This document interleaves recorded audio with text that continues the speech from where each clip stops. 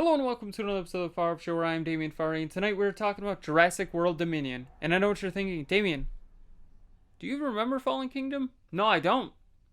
So this has been great. I remember that they went to the island and then released the dinosaurs pretty much. And I was like, alright, well, that's the plot. That movie, if I remember correctly. So this one, basically, directed by Colin Trevorrow, who's back from the first Jurassic World, just like J.J. Abrams. But honestly, pretty similar result. This movie is also not the greatest when it, Star Wars The Rise of Skywalker isn't good. This one isn't good, so kind of sucks, but that's okay. I'd say this is an FA, maybe an FA, maybe an FA, just an F. The screenplay is by Emily Carmichael, and Colin Trevorrow. Story by Derek Conley and Colin Trevorrow. So, honestly, I think it's just the Star Wars situation where the first director came back for this one and it didn't really fit. He wrote the other one though, so this one is a little better than Rise of Skywalker because, Rise of Skywalker kind of threw everything out. Or not threw everything out. Rise of Skywalker said 8 didn't really happen. 8 said 7 didn't really happen. So, we kind of got some issues there. As for the cast, this is a good cast. Here we go. We got Chris Pratt as Owen Grady, who's the big star at this point. I mean, right around the time Jurassic World 1 happened, Guardians of the Galaxy had just released. He became a huge action star. So, to see him here doing it again, I mean, it's kind of cool. So, you also got Bryce Dallas Howard as Claire Dearing, and you got Laura Dern as Dr. Ellie Sadler, Jeff Goldblum as Dr. Ian Malcolm, and then Sam Neill as Dr. Alan Grant. So the cast is good. They've done the opposite of Star Wars, though. Star Wars was like, pass the torch, which a lot of film series do. Pass the torch to a younger cast. Put the old cast in the first couple and then slowly remove them. Star Wars did it actually well in that situation. Han Solo and Leia were in Force Awakens. Han Solo was removed. Leia and Luke, well, Luke was technically in Force Awakens. Leia and Luke were in The Last Jedi. Removed Luke. Leia was in The Rise of Skywalker. So, it makes sense. It was a cool idea. But this series went the opposite route, where they're going to be doing adding them as time went on. Jurassic World was pretty independent. It was just a similar idea, but, pretty independent.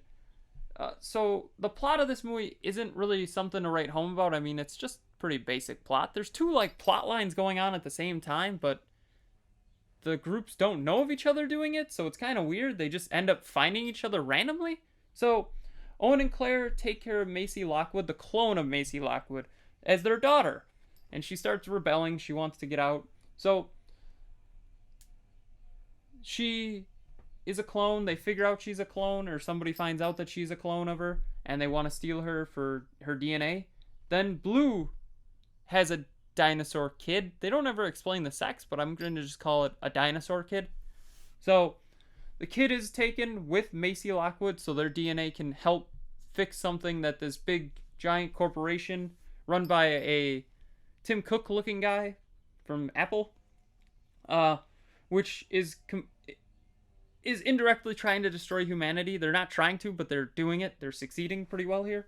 So I think the big thing to point out is the plot is pretty basic, but I think it's weird that you get Ellie Sadler, Ian Malcolm, and Alan Grant. They're kind of trying to take this company down and show that they're a shady company, for lack of a better term.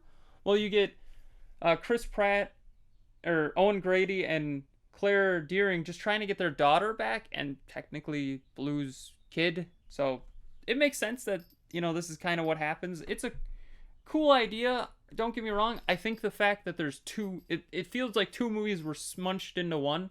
Like one of these was going to be the original sequel, and then the other one was going to be the next one, and Universal's like, just make it one movie and make it longer, which it felt like it went on a bit too long in my opinion as well, because once again, they're doing two movies. I mean, that's the best way to describe it. Two movies makes it longer, so I think it could have been better. It could have been a lot worse, though. So I think Jurassic Park is obviously the first one. I don't have these written down even. Jurassic Park is the best. Then I'd say Jurassic World. Then The Lost World, Jurassic Park. Then I'd say I wouldn't even put Fallen Kingdom in there. I'd go Jurassic Park 3. And then I'd say this is just barely better than Fallen Kingdom, because I legitimately don't remember anything from Fallen Kingdom, which is probably terrible to say, but I don't remember anything of it. I didn't watch it before this just to recap, because they recapped pretty much the movie with this movie. So did Fallen Kingdom need to be made? Probably not.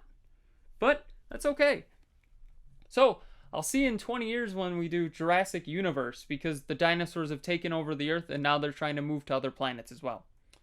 So, did you see Jurassic World Dominion? What did you think in the comments below? Tell me there.